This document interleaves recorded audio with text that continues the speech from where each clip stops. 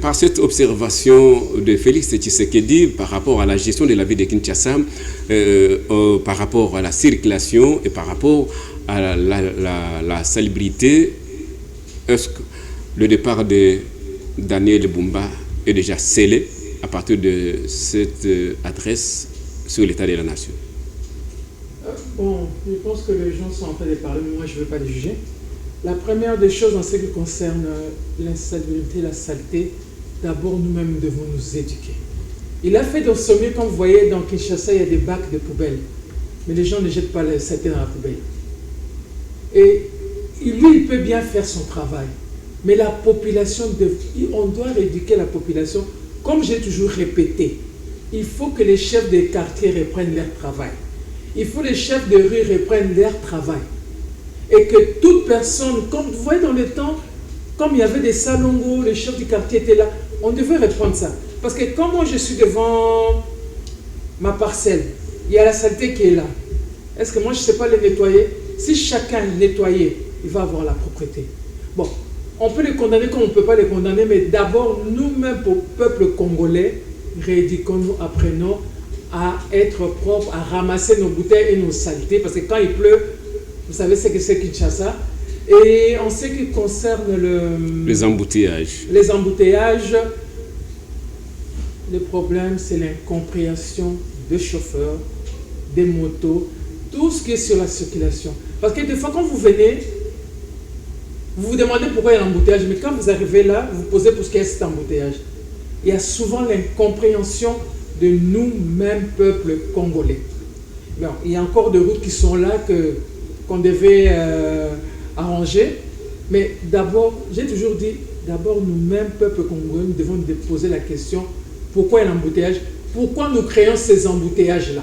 Mais ces derniers temps, comme il y a des travaux, on est en train de construire des routes, c'est normal, les caniveaux et tout.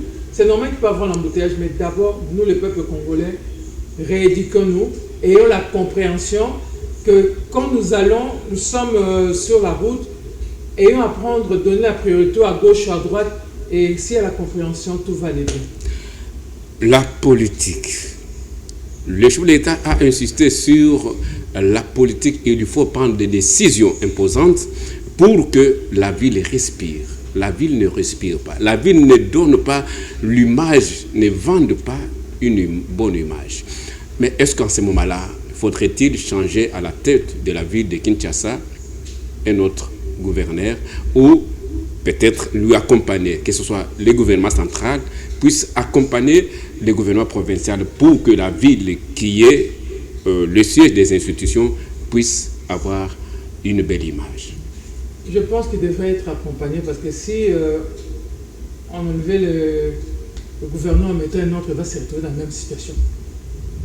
Il va se retrouver presque dans la même situation parce que c'est la population, la rééducation de la population.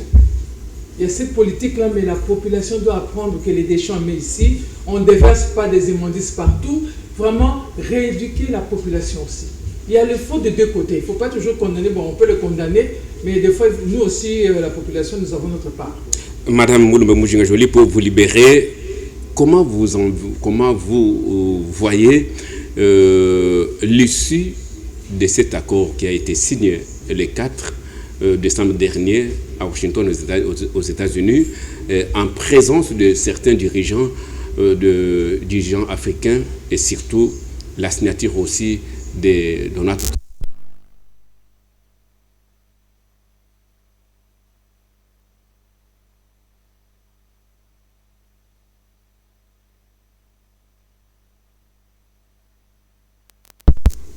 Vont nous aider par rapport à ça pour arrêter un peu cette guerre aussi.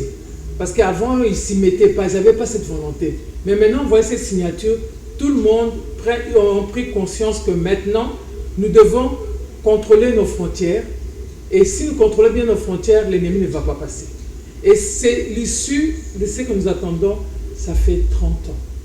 On met qu'il y a la diplomatie qui est là, mais sur terrain aussi, il va y avoir d'autres choses qui vont arriver. On avait dit 72 heures, plus de 72 heures.